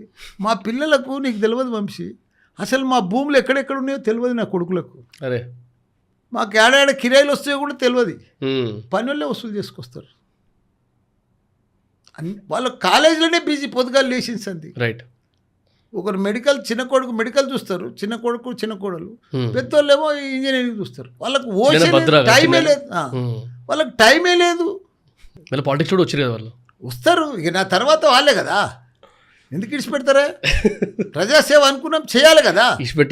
తండ్రి ఏ పని చేస్తుండో కొడుకులకు చేస్తారు కదా, చేయాలి కదా. తండ్రి పేరు నిలబెట్టాలి కదా. రైట్. అప్పుడే కదా వారసులు. అంతే. ఇప్పుడు ఇది చెరువు దీని సార్, అంటే నేను ఒక వీడియో చూస్తుండే, ట్రాక్టర్లతో పిల్లలు అటు ఇటు తిరుగుతూ, అంటే ఇక్కడి నుంచి అక్కడికి తీసుకుపోతున్నారు. అంటే అది దీనివల్ల చెరువు వల్ల ఏంది కథ? అది చెప్తా. ఏం లేదు, మా కాలేజ్ ముంగట, మా యూనివర్సిటీ ముంగట, మా విలేజ్లో మైసమ్మగూడెంలో 550 బిల్డింగ్లు ఉంటాయి, హాస్టల్స్, ప్రైవేట్ హాస్టల్స్. మీ కాలేజ్ కోసం? మా కాలేజ్ కోసం మా పిల్లలు ఉంటారు, కానీ ఆ హాస్టల్స్ మావి కావు. ఓకే, వేరే ప్రైవేట్ హాస్టల్స్. రకరకాల మంది ప్లాట్లు కొనుక్కొని బిల్డింగ్లు కట్టుకొని హాస్టల్ నడిపిస్తారు. హాస్టల్ అన్నీ కూడా మా గోడ అవతలు ఉన్నాయి. అవి వర్షం వచ్చినప్పుడు లోతట్టు ప్రాంతాలు ఉన్నాయి కాబట్టి నీళ్ళు వచ్చినాయి. రాత్రి పెద్ద కుంభవర్షం పడ్డది, తెల్లారా బిల్డింగ్లకి వెళ్ళి బయటికి రాలేదు. ట్రాక్టర్లను పంపించి పిల్లల్ని బయటికి తీసుకొచ్చారు. సడన్ గా వర్షం పడ్డప్పుడు, కుంభవర్షం పడ్డప్పుడు ఒకటేసారి నీళ్ళు వస్తాయి. మళ్ళా సాయంత్రం కల్లా క్లియర్ అయిపోయింది. ప్రతి సంవత్సరం ఇట్లా ఉంటుంది అన్నారు. అది ప్రాంతాలు కదా. బయట ప్రైవేట్ హాస్టల్స్. ఇప్పుడు ఆడ ఏం వచ్చినా వంశీ, ప్రతిదీ మల్లారెడ్డి. ప్రాబ్లం వస్తే మల్లారెడ్డి, మంచిదైతే మల్లారెడ్డిది కాదు. కానీ ఇప్పుడు అట్లా రివర్స్ అయిపోయింది. ఏదైనా మల్లారెడ్డి. సాధ్యం అంటే అసాధ్యాన్ని సుసాధ్యం చేసేది మల్లారెడ్డి. కానీ ఒక్కటి మాత్రం నేను చూసినా సార్, ఒక 8 to 9 years బ్యాక్ నా ఫ్రెండ్ ఆ కాలేజీలో చదివేటప్పుడు వచ్చిండే. ఆ రోడ్లు చక్కగా లేకపోయేటివి, అదంతా అప్పుడప్పుడే డెవలప్ అవుతుంది. ఇప్పుడు అది ఒక సిటీలా తయారైపోయింది. అటు సైడ్ వస్తే సిటీ కాదు, హబ్బు, ఎడ్యుకేషనల్ హబ్. మైసమ్మగూడ అంటే మరి మా అమ్మమ్మ ఊరు, నేను పుట్టిన ఊరు, నా జన్మస్థలం. నా జన్మస్థలం అది. చిన్న ఊరు కదా ఇంతకుముందు? చిన్న 30 ఇండ్లు ఉండే, ఊరి గుడిసెలు, పెంకటిండ్లు, బస్ అసుంటిది. అలా ఎట్లా మరో ప్రపంచం. ఇంకా నువ్వు 4 ఏళ్ల తర్వాత చూడు, మొత్తం ఫారినర్స్ తిరుగుతారు. సింగపూర్, ఆస్ట్రేలియా అవుతుంది అది, ఎవరు ఊహించారు. No, Mallareddy ex students and present students assemble down చూద్దాం. అండ్ రీసెంట్ ఇంకోటి నిన్న మీరు మెల్లగా మూవీ ప్రొడక్షన్లోకి వస్తారంట మల్లారెడ్డి గారు. మూవీలు అనుకున్నాం, మా గవర్నమెంట్ వస్తే ఏడాదికి 4 సినిమాలు తీద్దామనుకున్నా. నేను హోమ్ మినిస్టర్ కూడా అవుతామనుకున్నా, అవుతుంది అనుకున్నా. ఆ 2 ఫెయిల్ అయినాయి నాకు. గవర్నమెంట్ రాలేదు, ఆ 2 డ్రాప్ అయిపోయినా. సెటిలైట్ ఛానల్ కూడా ఉండే నాకు, సాటిలైట్. ఓకే, ఇవన్నీ ఉంటాయి. ఇక ఆగేదే లేదు మాది. ఇప్పుడు దాన్ని మా గవర్నమెంట్ పోయినందుకు ఏం చేస్తున్నాం, మా యూనివర్సిటీలన్నీ స్ట్రాంగ్ చేసుకుంటున్నాం. ఈ టెక్నాలజీ స్కిల్ మీద పడ్డా. ఓకే, ఈ 3 ఏళ్ళు దాన్ని స్ట్రాంగ్ చేసేసి ఇంకో మళ్ళీ గవర్నమెంట్ వచ్చేస్తుంది. కొంచెం టైం ఎక్కువ దొరికింది అంతే. ఇప్పుడు జనరల్గా ఇంత పెద్ద ఆర్గనైజేషన్ రన్ చేస్తున్నప్పుడు చాలా లెవెల్స్ ఉంటాయి కాబట్టి, కింద గ్రౌండ్ లెవెల్ దగ్గర చూసుకుంటే కోట్లలో ఖర్చులు ఉంటాయి, కోట్లలో వ్యవహారాలు ఉంటాయి కదా. ఎక్కడో దగ్గర చిన్న లొసుగులు ఉంటాయి, ఒకడొకటి తినేసేవాడు ఉంటాడు. అలాంటివి ఏమైనా అయితే అలాంటివి అయినప్పుడు ఎట్లా డీల్ చేస్తారు? చిన్నవి ఉంటూనే ఉంటుంది కదా. ఇప్పుడు రాను ఏమైందంటే వీటికి కూడా దుకాణాలన్నీ బంద్ అయినాయి, అంతా ఆన్లైన్కి వచ్చేసింది. సో ఇట్లా స్కోప్ కూడా ఇప్పుడు మొన్న కరోనా దిక్కేళ్ళు ఏమైంది, మొత్తం ఆన్లైన్ వచ్చింది. వాడు ఒక స్టూడెంట్ ఆన్లైన్లోనే పేమెంట్ చేస్తుండే, ఆన్లైన్లోనే చదువుతుండే, ఆన్లైన్లోనే సర్టిఫికెట్ పోతుండే, పాస్ అవుతుండే. దాంతో మొత్తం ఆన్లైన్ సిస్టమ్ అయిపోయింది. ఇప్పుడు చిన్న కూడా ఎటు పోకుండా ఎటవుతుంది? ఇక నువ్వు ఆన్లైనే కదా అంతా. నువ్వు ఇంట్లోకి వెళ్ళి టెలిఫోన్ పే చేస్తున్నావు, నువ్వు ఆన్లైన్ పే చేస్తున్నావు, నువ్వు బ్యాంక్ పే చేస్తున్నావు, ఇక రకరకాల పేలు వచ్చినాయి ఇప్పుడు. Okay, got it. సో జనరల్గా ఒక్కొక్కరికి ఒక ఆశ ఉంటుంది. కొంతమందికి పైసా, కొంతమందికి పవర్, కొంతమందికి అథారిటీ. అట్లా ఇప్పుడు మీకు పైసా ఉంది, రెప్యుటేషన్ ఉంది, పవర్ వచ్చింది, అన్నీ బాగానే ఉన్నాయి, అండ్ మీ పిల్లలు కూడా సెటిల్ అయ్యారు. ఈ సిచ్యువేషన్లో మీకు రోజు మోటివేషన్ దేని వల్ల వస్తుంది? అసలు ఏంటి మీ ఫ్యూచర్ గోల్? నాకేం లేదు, భగవంతుడు అనుకున్న దానికంటే ఎక్కువ ఇచ్చాడు నాకు. భగవంతుడు డబ్బులు ఇచ్చిండు, భూములు ఇచ్చిండు, మంచి కొడుకులను ఇచ్చిండు, కోడళ్ళని ఇచ్చిండు, ఎంపీ అయినా, మినిస్టర్ అయినా, ఎమ్మెల్యే అయినా, 3 యూనివర్సిటీలు ఇచ్చిండు, మంచి విద్యార్థులను ఇచ్చిండు. నేనే భగవంతుడికి బాకీ ఉన్నా. భగవంతుడు నాకేం బాకీ లేడు, నాకు అన్ని ఇచ్చేసిండు. అనుకున్న దానికంటే ఎక్కువ ఇచ్చిండు భగవంతుడు. నేనే భగవంతునికి రుణపడి ఉన్నా. ఆయన రుణం తీర్చుకోవాలంటే 2 పనులు చేయాలి. ఇప్పుడు నేను ఆయన బాకీ తీర్చుకోవాలంటే, భగవంతుని బాకీ తీర్చుకోవాలంటే నేను ఇప్పుడు నా ఈ భూమి మీద నేను 2 పనులు చేయాలి. 1 ప్రజాసేవ, 2 వరల్డ్ క్లాస్ ఇంజనీర్లను, డాక్టర్లను తయారు చేయాలి. ఈ 2 కన్నాది పెట్టుకుంది. రైట్. అండ్ ఇప్పుడు మీరు ఆల్మోస్ట్ ఒక ఇన్ని ఇయర్స్ నుంచి కదా స్టూడెంట్స్ వాళ్ళ లైఫ్ స్టైల్ మారడము, లేకపోతే వాళ్ళ మెంటాలిటీ మారడం చూస్తూ వస్తారు యంగ్స్టర్స్. ఇంత ముందుకు ఒక 15 ఏళ్ళ కింద ఉన్న యంగ్స్టర్స్ మెంటాలిటీకి, ఇప్పుడున్న యంగ్స్టర్స్ మెంటాలిటీకి, ఇప్పుడు ఎక్కువ కంఫర్ట్ కావాలి, లేకపోతే షార్ట్ కట్స్ కావాలి సక్సెస్కి, ఇలాంటి వాళ్ళ ఈ డిఫరెన్స్ని చూసారా సార్? ఇప్పుడు మాట్లాడతారు స్టూడెంట్స్. ఇప్పుడున్న పిల్లలే స్మార్ట్ ఉన్నారు, షార్ప్ ఉన్నారు. అవునా? అవును. రోజు వచ్చే జనరేషను ఇప్పుడు నీకు ఇంకోటి తెలియదు. ఇప్పుడు నువ్వు నా కొడుకు అంత ఏజ్ ఉన్నావు అనుకో. ఇప్పుడు నాకు ఒక 7 ఏళ్ళ మన్మడు ఉన్నాడు. నా మన్మడు ఇప్పుడు అందరికంటే ఎక్కువ స్పీడ్ ఉన్నాడు వాడు. గేమ్స్లలో కానీ, స్పోర్ట్స్లలో కానీ, యాక్టివిటీస్లలో కానీ అడ్వాన్స్మెంట్ ఉంటుంది కాబట్టి కొత్త జనరేషన్ వచ్చేది చాలా స్పీడ్ ఉన్నారు. ఇప్పుడున్న స్టూడెంట్స్ కూడా చాలా స్మార్ట్ ఉన్నారు, పర్ఫెక్ట్ ఉన్నారు వాళ్ళు. ఇప్పుడు నా కాలేజీలో నేను చూస్తున్నా కదా, 10,000 మంది హాస్టల్ నా దగ్గర, 10,000 అమ్మాయిలు అబ్బాయిలు, బయట 15,000 మంది. అంటే ఆ విలేజ్లో 25,000 మంది ఉంటారు హాస్టల్లో. అయినా ఎంత డిసిప్లిను, ఇంత ప్రాబ్లం రాదు, ఒక పంచాయతీ రాదు. ఏళ్ళ సంది చూస్తున్నా, ఇంత గడబడి కాదు. సింగిల్ రూమ్లలో కూడా 4 ఉంటారు ఆడ. చాలా ఇబ్బందికరం ఉంటుంది. అయినా వాళ్ళకి చదువు కావాలి, మేము చదువుకోవాలి. కానీ న్యూస్లో వస్తాయి కదా అప్పుడప్పుడు ఇట్లా తాగడం కానీ, డ్రగ్స్ కానీ, ఇట్లాంటివన్నీ ఏం లేదు అట్లా. చాలా అసలు లేనే లేదు. నేను ఈరోజు నువ్వు 50,000 మంది స్టూడెంట్స్, అది అంత ఈజీ కాదు. ఒక ఇంట్లో 6-7 ఉంటేనే, 3 యారన్లు 3 అన్నదమ్ములు ఉంటేనే రోజు పంచాయతీ అవుతుంది. యాడనో తానా పిల్లల తానా ఏవల తానో పంచాయతీ అవుతుంది. ఇంతమంది పిల్లలు, 10,000 మంది టీచర్లు, ఇంత పెద్ద ఆర్గనైజేషన్లు, ఇంత పెద్ద హాస్టల్స్ ఉండంగా కూడా ఇంత గడబడి కాదంటే ఎంత డిసిప్లిను. అంటే కొంతమంది అంటారు సార్ అయితే కానీ బయట రానియరు అని. చీ అదంతా మామూలుగా ఉంటూనే ఉంటుంది. అది అవుతుంది బయటికి ఎంత ఇప్పుడు మీడియా ఎక్కువైపోయింది, సోషల్ మీడియా ఎక్కువైపోయింది, పిల్లలు ప్రతి ఒక్కరు వాట్సాప్ ఫోన్ లేనాయి, ఐఫోన్ లేనాయి, ఏది ఆగుతుంది చెప్పు, నువ్వు ఏది దాచి పెడితే ఆగుతుంది, ఏది ఆగదు. అంత పర్ఫెక్ట్ ఉంటేనే ఇంత బాగా నడుస్తుంది. అందుకే పిల్లలే మనకు కదా, వాళ్ళ కోసం వచ్చిర్రు, వాళ్ళకి మంచి చదువు చెప్పిస్తున్నాం, మంచిగా చేస్తున్నాం, వాళ్ళు అంతా బాగా చదువుకుంటున్నారు, వాళ్ళకి అంతే, వాళ్ళు హ్యాపీగా ఉన్నారు. వాళ్ళకి ప్రాబ్లం వస్తేనే కదా పంచాయతీ వచ్చేది. నీకు టీచర్ లేకపోతే స్టూడెంట్ ప్రాబ్లం చేస్తాడు, టీచర్ సరిగా చదువు చెప్పకపోతే స్టూడెంట్ డుమ్మ కొడతాడు కాలేజ్కు. అన్ని పర్ఫెక్ట్ ఉంటే ఎందుకు రాడు కాలేజ్కి, ఉరుకొస్తాడు, ఇట్లా రన్నింగ్ చేసుకుంటూ ఉరుకొస్తాడు. ఇంకా అంటే మీ స్టూడెంట్స్ పక్కకు పెట్టేస్తే ఇన్ జనరల్గా ఈ మధ్యలో యంగ్స్టర్స్కి బాగా ఈ చెడు అలవాట్లు రావడము, చిన్న ఏజ్లోనే ఆల్కహాల్, సిగరెట్లని అవన్నీ అలవాటు చేసుకుంటారు కదా, ఉన్నాయి. అలాంటి ఉన్నది మన కల్చర్ కూడా ఇప్పుడు అంతా ఎట్లయిపోయిందంటే స్టూడెంట్స్ కంటే ఎక్కువ ఇంకో జనరేషన్ ఎక్కువ ఇది అయిపోతుంది అనుకో. ఈ గోవాకు పోవడము, బ్యాంకాక్ పోవడము, ఈ శ్రీలంక పోవడము, ఇవన్నీ ఇవి ఎక్కువైపోయినాయి. క్యాసినోలు, ఏదంటే మీ అసుంటేజ్ వాళ్ళు 30-35 వాళ్ళు, కొత్త జనరేషన్ 30కి రాలేదు, అదే 30 నుంచి 35 వాళ్ళు ఇలా వీటికి ఎక్కువ అలవాటు పడుతున్నారు. మన జర సెటిల్ అయిన వాళ్ళు, రియల్ ఎస్టేట్ బేరం చేసేటోళ్ళు, డబ్బులు ఎక్కువైన వాళ్ళు, వీళ్ళు కష్టపడేటోళ్ళు కాదు, ఎప్పుడు డిసిప్లిన్ ఉండేటోళ్ళు డిసిప్లిన్ ఉంటారు. రైట్. అయితే ఇప్పుడు కొత్త జనరేషన్ మాత్రం స్టూడెంట్స్ వాళ్ళకు చదువుకోవాలి, జాబ్ కావాలి, ఆ తపన మీద, ఆలోచన మీద ఉన్నాడు ఇప్పుడు స్టూడెంట్స్ అంతా. యాడ మంచిగా చదువు చెప్తుండ్రు, యాడైతే జాబ్ వస్తుంది, యాడైతే బాగుంది ఇన్ఫ్రాస్ట్రక్చరు, యాడ బాగుంది అని చూస్తూ ఉన్నారు. స్టూడెంట్సే దోలాడుతున్నారు ఇప్పుడు. మనం ఈడ చదువుదామా, చెన్నైలో చదువుదామా, ఢిల్లీలో చదువుదామా, ఇట్లా వాళ్ళే డిసైడ్ చేసుకుంటారు. ఇట్లాంటి వాళ్ళు కూడా ఉన్నారు, అట్లానే ఇట్లా కూడా ఉన్నారు కదా, కానీ వాళ్ళు తక్కువ.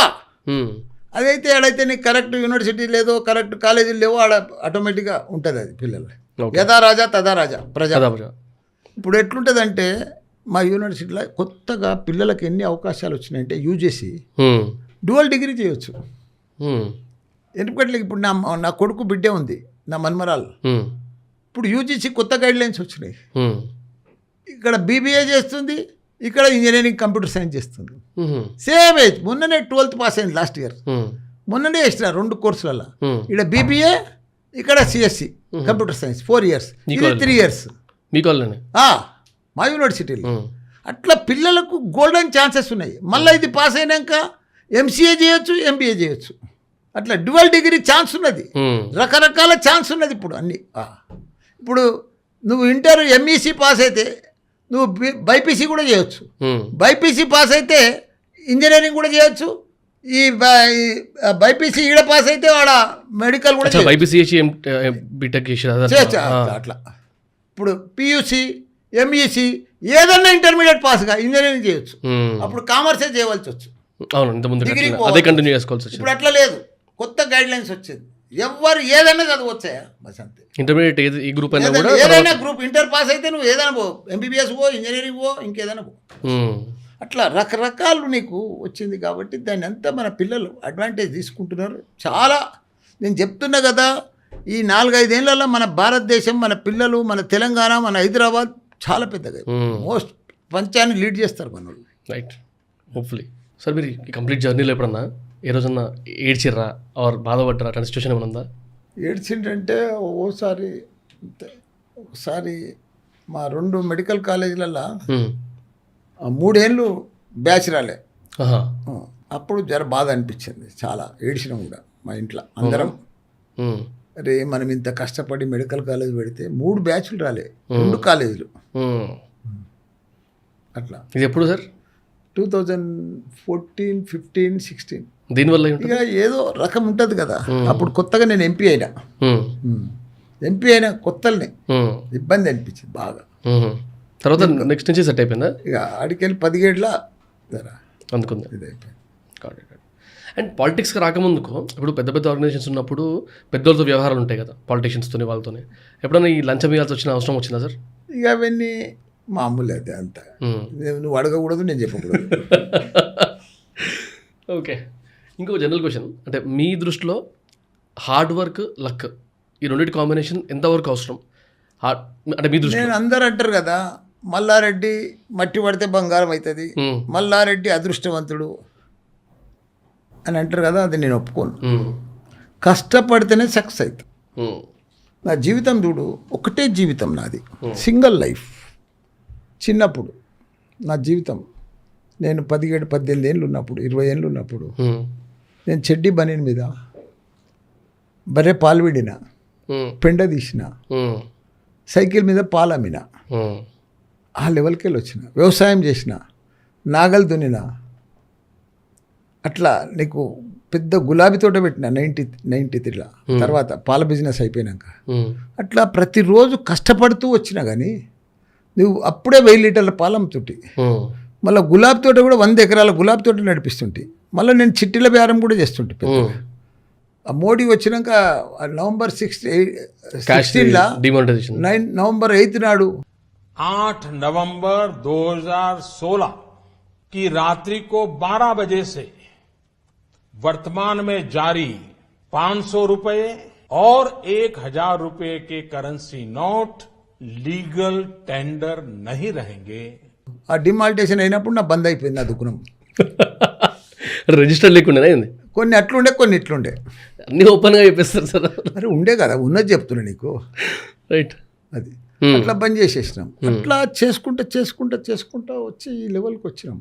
మనం కష్టపడితే, రోజు మనం పని చేస్తే, రోజు మనం ఏదైనా సక్సెస్ కావాలంటే, ఇప్పుడు నువ్వే నీ సక్సెస్ కావాలంటే రాత్రి పగళ్ళు పంటే లేస్తే దాని మీదనే దృష్టి పెట్టాలి, దానికోసమే ఆలోచన చేయాలి. నువ్వు గ్యారంటీగా సక్సెస్ అవుతావు. మబ్బులను 3-4 గంటలకు మేలుకొస్తే కూడా దానికోసమే రివైండ్ చేసుకుంటాం మనం. మేలుకొచ్చినప్పుడు ఓసారి నిద్ర పట్టే తెల్లారుజాములా మేలుకొస్తుంది అనుకో, మళ్ళీ యాదకొస్తే దానికోసమే ఆలోచన చేస్తే అట్లా సక్సెస్ అవుతుంది. పంటే లేస్తే మన మైండ్లో అదే ఉండాలి. ప్రపంచమంతా సక్సెస్కు కారణం ఒకటే, న్యూ థింకింగ్ ఉండాలి, న్యూ కాన్సెప్ట్ ఉండాలి, న్యూ ఐడియాస్ ఉండాలి, న్యూ ప్లానింగ్ ఉండాలి. ప్రతిదీ new new new new new new ఉంటేనే నువ్వు సక్సెస్ అవుతావు. రైట్. ఇంకోటి అంటే మన కాలేజెస్లో జనరల్గా యూనివర్సిటీస్, మీ యూనివర్సిటీస్లో బాగా ఫేమస్ ఈ సినిమా ఫంక్షన్లు బాగా అవుతాయి కదా అప్పుడప్పుడు, పెద్ద పెద్ద వాళ్ళు అవుతాయి. రీసెంట్ కూడా యానిమల్ ఏదో అయినుండే. అంటే నాకు డౌట్ ఏమన్నా, మీరు జస్ట్ గ్రౌండ్ ఇస్తారా లేకపోతే వాళ్ళకి మొత్తం ఫెసిలిటీ మీరే ఇస్తారా? ఏమి గ్రౌండే ఇస్తాం, ఉన్న సెట్టింగ్ అంతా వాళ్ళే, లైటింగ్ సెట్టింగ్ అంతా వాళ్ళు, వాళ్ళ సినిమా కదా. అంటే పిల్లలు మా వాళ్ళు, వాళ్ళని కంట్రోల్ చేయడం కానీ, పిల్లలు వాళ్ళే సెక్యూరిటీ బాడీ గార్డ్స్ని కాలని పెట్టుకుంటాం. ఎందుకంటే యూత్కు ఎట్లా అంటే సినిమా యాక్టర్లు అంటే క్రేజీ ఉంటుంది కదా. పెద్ద పెద్ద సినిమాలు, ఇప్పుడు మొన్న అనిమల్ సినిమా మా దగ్గర అయింది ప్రమోషన్ అయితే, మహేష్ బాబు వచ్చిండు, వాళ్ళ హిందీ యాక్టర్స్ వచ్చారు, రణ్ధీర్ వచ్చిండు, వాళ్ళందరూ వచ్చారు. వీళ్ళందరూ వస్తే ఖుషి అయిపోయారు కదా. ఆమె సినిమా యాక్టర్, ఆమె కూడా వచ్చింది. మీ డైలాగ్ కూడా ఫేమస్ అయింది కదా, బాలీవుడ్ పురాణా హో గయా, బాంబే పురాణా హో గయా, హైదరాబాద్ నయా అని చెప్పిన. అట్లా పిల్లలంతా ఎంజాయ్ చేసిరు, వాళ్ళందరూ చూసి. దానికోసమే మా జాగిస్తాం, మా పిల్లలు ఉంటారు అంతే. చాలా మంది అడుగుతారు కానీ ఇస్తలేము, ఎందుకంటే కంట్రోల్ అవుతలేదు ఇప్పుడు. స్టూడెంట్స్ అంతా చాలా మంది ఉంటారు కాబట్టి, అది మీరు అన్నట్టు క్రేజ్ ఎక్కువైపోయి కూడా హడావిడి అయిపోతుంది మళ్ళీ సెక్యూరిటీ ఇష్యూస్. సరే, ఒకవేళ అంటే మీ గవర్నమెంటే కానీ, వేరే గవర్నమెంటే కానీ, లేకపోతే సెంట్రల్ గవర్నమెంట్ నుంచే కానీ ఒక గైడ్లైన్ వచ్చింది, ఎడ్యుకేషన్ అనేది ఇండియాలో కంప్లీట్లీ ఫ్రీ చేయాలి అన్నారు అనుకోండి, ఎగ్జాంపుల్ అట్లాంటి ఒక గైడ్లైన్ వచ్చింది అయితే, అసలు మన పరిస్థితి ఏమవుతుంది అప్పుడు? ఇట్లాంటి యూనివర్సిటీస్ అంటే ఫ్రీ చేసేందుకు మా తాను ఏం గవర్నమెంట్ ఫండ్ లేదు కదా. ఇప్పుడు నెలకు కొన్ని కోట్ల రూపాయలు నేను జీతాలు ఇవ్వాలి, ఎక్కడికి వెళ్ళి తెచ్చి ఇవ్వాలి, ఎవరు ఇవ్వాలి? ఫ్రీ చేయి, తప్పులేదు. గవర్నమెంట్ ఆల్రెడీ ఇప్పుడు ఫ్రీ చేసింది, స్కాలర్షిప్ ఇస్తుంది, ఫ్రీ ఎడ్యుకేషన్ ఉంది గవర్నమెంట్ కాలేజీలలో, డిగ్రీ కాలేజీలో, ఇంజనీరింగ్ కాలేజీలో అంతా ఫ్రీ ఉంది. మెడికల్ కాలేజ్ మొన్నటిదాకా మెడికల్ కాలేజ్ కూడా మాకు 60,000కే మేము సీట్ ఇస్తుంటాం. 50% సీట్లు మెడికల్లో మేము 60,000కే ఇస్తుంటాం మేము. ఇవన్నీ మేము ఇచ్చినట్టే కదా, ప్యారల్ ఆఫ్ గవర్నమెంటే. మేము కూడా గవర్నమెంట్ ఏం నడిపిస్తుందో ప్యారలల్గా మేము కూడా నడిపిస్తున్నాం, సపోర్ట్ చేస్తున్నాం గవర్నమెంట్ అన్ని రకాల కూడా, విద్యలో కానీ, సేవలు కానీ, అన్ని రంగాలలో కూడా మేము సపోర్ట్ చేస్తున్నాం గవర్నమెంట్. మనం ప్యారలల్ గవర్నమెంట్ అన్నట్టే మనది కూడా. ఓ రకంగా వాళ్ళు స్కాలర్షిప్ ఇస్తాడు స్టూడెంట్కు, మనం చదువు చెప్తున్నాం కదా అట్లా. రైట్. నెక్స్ట్ పాలిటిక్స్లో మల్లారెడ్డి గారు ఏమవబోతున్నారు అంటే, అంతా ఈడ ఏమేమి రాసిందో తెలియదు నాకు. నీకేమైనా కనిపిస్తుందా? మీ ఆశ ఏముంది చెప్పండి పోనీ. నాకేం లేదు, అన్ని ఆశలు కోరికలు అన్నీ దీనిపై నేను చెప్పిన కదా నేను. అంటే హోమ్ మినిస్టర్ అన్నారు ఇందాక, అది అప్పుడు జరిగేది ఉండే, వచ్చేది ఉండే, అయిపోయేది, రాలే, గవర్నమెంట్ రాలే. ఇప్పుడు నాకు ఏ కోరికలు లేవు, ఏ ఆశలు లేవు, ఏది లేదు, రెండే అని చెప్పిన కదా. అంతే, ప్రజాసేవ స్టూడెంట్స్ మంచి. ఓకే. అండ్ మీరు మీ పొలిటికల్ జర్నీలో ఇద్దరు సీఎంలతో వర్క్ చేశారు కదా సార్. ఒక రెండు మాటలు చంద్రబాబు నాయుడు గారి గురించి, 2 మాటలు కేసీఆర్ గారి గురించి మాట్లాడాలంటే? ఇద్దరు మంచి లీడర్లు, ఇద్దరు విజన్ సీఎంలే. ఏక్సే పడకర్ ఇద్దరు కూడా, ఒకరిని మించిన ఒకరు సీఎం. ఓకే. ఎవరేం తక్కువ కాదు, ఎవరేమే అట్లా సుంటి సీఎం. ఇప్పుడు కేసీఆర్ నువ్వు చూస్తున్నావు కదా, తెలంగాణను 10 ఏళ్లల్లో ఒక అద్భుతం చేసేసాడు. నీకు 12,769 గ్రామాలు ఉన్నాయి తెలంగాణలో. ప్రతి గ్రామంలో ఒక డంపింగ్ యార్డ్, ఒక గ్రేవ్ యార్డ్, ఒక క్రీడా మైదానం, ఒక మన మన మన 24 గంటల కరెంటు, తాగునీరు, మళ్ళీ సాగునీరు, ఇట్లా ప్రతి విలేజ్కు ఓ ట్రాక్టరు, ఇవన్నీ చేసిన ఘనత దేశంలో ఏ రాష్ట్రంలో కాని పని మనకు కేసీఆర్ చేశాడు. అది మామూలు విషయం కాదు. దేశంలోనే ఆదర్శ రాష్ట్రం తెలంగాణ. ఇంటింటికి నీళ్ళు ఇచ్చేది భారతదేశం, ప్రపంచంలోనే అది పెద్దది. అది కూడా చేయలేరు. మన కేంద్రం కూడా కాపీ కొట్టిందని, గర్ గర్కు జలని, అట్లా గొప్ప పని. ఇప్పుడు చంద్రబాబు నాయుడు కూడా ఇప్పుడు అట్లనే ఆంధ్రలో చేస్తున్నాడు. ఆయనకు మంచి అవకాశం వచ్చింది, మోడీ దగ్గర ఉన్నాడు, పర్ఫెక్ట్ దంచి పడేస్తున్నాడు. అంటే ఇప్పుడు మీరు అన్నారు ఇందాక ఊహించలేదని చెప్పి గవర్నమెంట్ మారుతుంది అని. అంటే మీకు ఏమైనా అనిపించింది రీజన్స్? మీ ఇంటర్నల్గా మీరు ఏమైనా మాట్లాడుకున్నారా ఎందుకు గవర్నమెంట్ మారింది అని? ఎలక్షన్స్ మారిందంటే ఇక ప్రజల తీర్పు. అంటే ఇవన్నీ చేసిన తర్వాత మీరు అన్నది నిజంగానే వాళ్ళకి రీచ్ అయింది అయితే? ఇప్పుడు ఎవరి పార్టీ వాళ్ళు మాట్లాడుకుంటారు, లేకపోతే ఎవరు పవర్లో ఉంటే వాళ్ళ గురించి చెప్తారు కదా. సో ఆ సెన్స్లో ఇది నిజంగానే అయిందని అనుకుందాం. బట్ వాళ్ళ దగ్గర రీచ్ అవ్వలేదా? రీచ్ అయినా కూడా వాళ్ళకి ఎక్కలేదా? అసలు ఏం రీజన్ అయి ఉంటుంది? ఇక ఉంటుంది కదా కొద్దిగా, మనం దాన్ని ప్రజలది నాడి మనం గుర్తుపట్టలేము. ప్రజలు ఎట్లా తీర్పిస్తారా కూడా ప్రజలు చాలా తెలివిపరులు. Right sir. మీరు ఇంతకుముందు కూడా 2-3 ఇంటర్వ్యూస్లో చూసిన మీ వైఫ్ గురించి బాగా కనెక్షన్ ఎక్కువ మీకు. అండ్ మొన్న కూడా జపాన్కి పోయేస్తే మీరు ఆ పోస్ట్ బాగా వైరల్ అయింది. మీ ఇద్దరు వైఫ్ అండ్ హస్బెండ్స్ పోయారు అని హడావిడి చేసి. అంటే మీ దృష్టిలో రిలేషన్ ఆర్ వైఫ్ వాళ్ళ పాత్ర in business are me life మొత్తం కెరియర్లో ఎంతవరకు ఉంది? మీరు ఒక ప్రభావం చెప్తారు కదా, నాకు సరిగ్గా పూర్తిగా చెప్పనీకి రాదు కానీ, ఓకే, ప్రతి మ్యాన్ వెనుక సక్సెస్కు ఒక ఉమెన్ ఉండదు అంటారు చూడు, అట్లా నా భార్య నాకు సక్సెస్కు అదే, ఆమెతోటి నా ఇవాళ సక్సెస్ అంతా. ఫుల్ సపోర్టివ్ ఉండిందా? ఫుల్ సపోర్ట్గా. Nice sir. ఇప్పుడు ఇందాక కూడా చాలా అడ్వైజులు ఇచ్చారు. ఒకవేళ ఇప్పుడు యంగ్స్టర్స్ చూస్తూ ఉంటారు కదా, మీ కాలేజ్ స్టూడెంట్సే కానివ్వండి, లేకపోతే జూనియర్సే కానివ్వండి, వాళ్ళు ఒక 20-25 ఇయర్స్ ఏజ్ మధ్యలో ఉన్న వాళ్ళు కనుక ఒక బిజినెస్ స్టార్ట్ చేద్దాం అనుకుంటారు, లేకపోతే మంచిగా బాగా సంపాదిద్దాం అనుకుంటారు, మంచి పేరు, మంచి పలుకుబడి, డబ్బు అని సంపాదిద్దాం అనుకుంటారు. అలాంటి వాళ్ళకి కనుక మీతో ఒక 5 నిమిషాలు టైం దొరికింది వాళ్ళకి. సో వాళ్ళకి మీరు ఇచ్చే మెయిన్ అడ్వైజ్ ఏంటి సార్? ఏం లేదు, ప్రతిరోజు పర్ఫెక్ట్గా మనం ఏ పని చేస్తున్నామో దాని మీద దృష్టి పెట్టి డీప్గా సీరియస్నెస్గా మనం చేస్తే గ్యారంటీ సక్సెస్ అవుతాం. సీరియస్నెస్ అనేది ఇంపార్టెంట్ ప్రతి పనిలో. చదువులో కూడా నువ్వు సీరియస్గా చదువు, కరెక్ట్గా పాస్ అవుతావు. రైట్. పనిలో కూడా సీరియస్నెస్ ఉండని పర్ఫెక్ట్ సక్సెస్ అవుతావు.